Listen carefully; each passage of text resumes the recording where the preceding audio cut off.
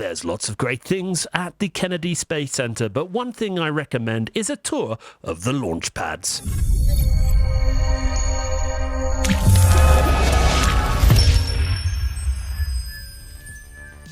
So what does the Space Launch System and a Falcon 9 rocket have in common? Well, both of them are launched from the Launch Complex 39 at Kennedy Space Center.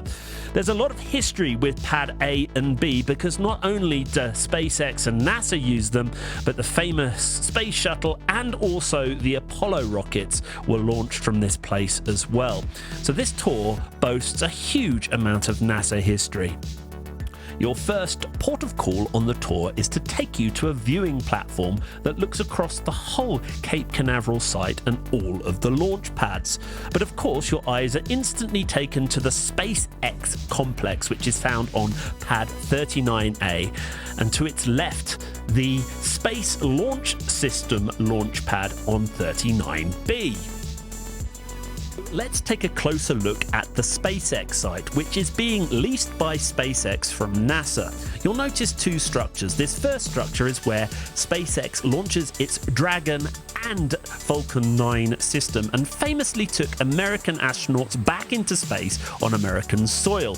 This central structure, I believe, is being built to launch the famous Starship that is being constructed by SpaceX at the moment. As you progress on the bus tour, you get to look at both the launch pads from a different vantage point. Here's the SpaceX complex again, and I'm blown away at the speed that SpaceX are putting up buildings ready to house the next generation of spacecraft. So the last launch pad you get to have a closer look at is where the SLS will be launched from. Sadly, not long before I arrived, the SLS was rolled off the pad back into the assembly building where some maintenance was taking place ready for its first debut and test. And this is the building, the famous assembly building at NASA, where the Space Shuttle and now the Space Launch System are being put together. You get to see some amazing things. This sits on top of that Space Launch System, on top of the Orion capsule, and this is the abort system should anything go wrong in the initial stages of launch.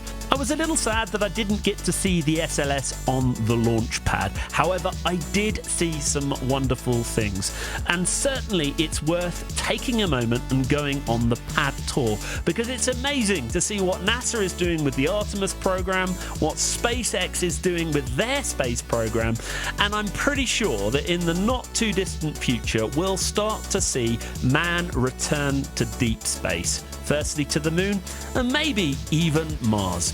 It's an exciting time to be alive, and I'm looking forward to bringing to you more NASA content. Thanks so much for watching. Please like and subscribe, and you might want to check out some of this other NASA material that I took on my recent trip to Cape Canaveral.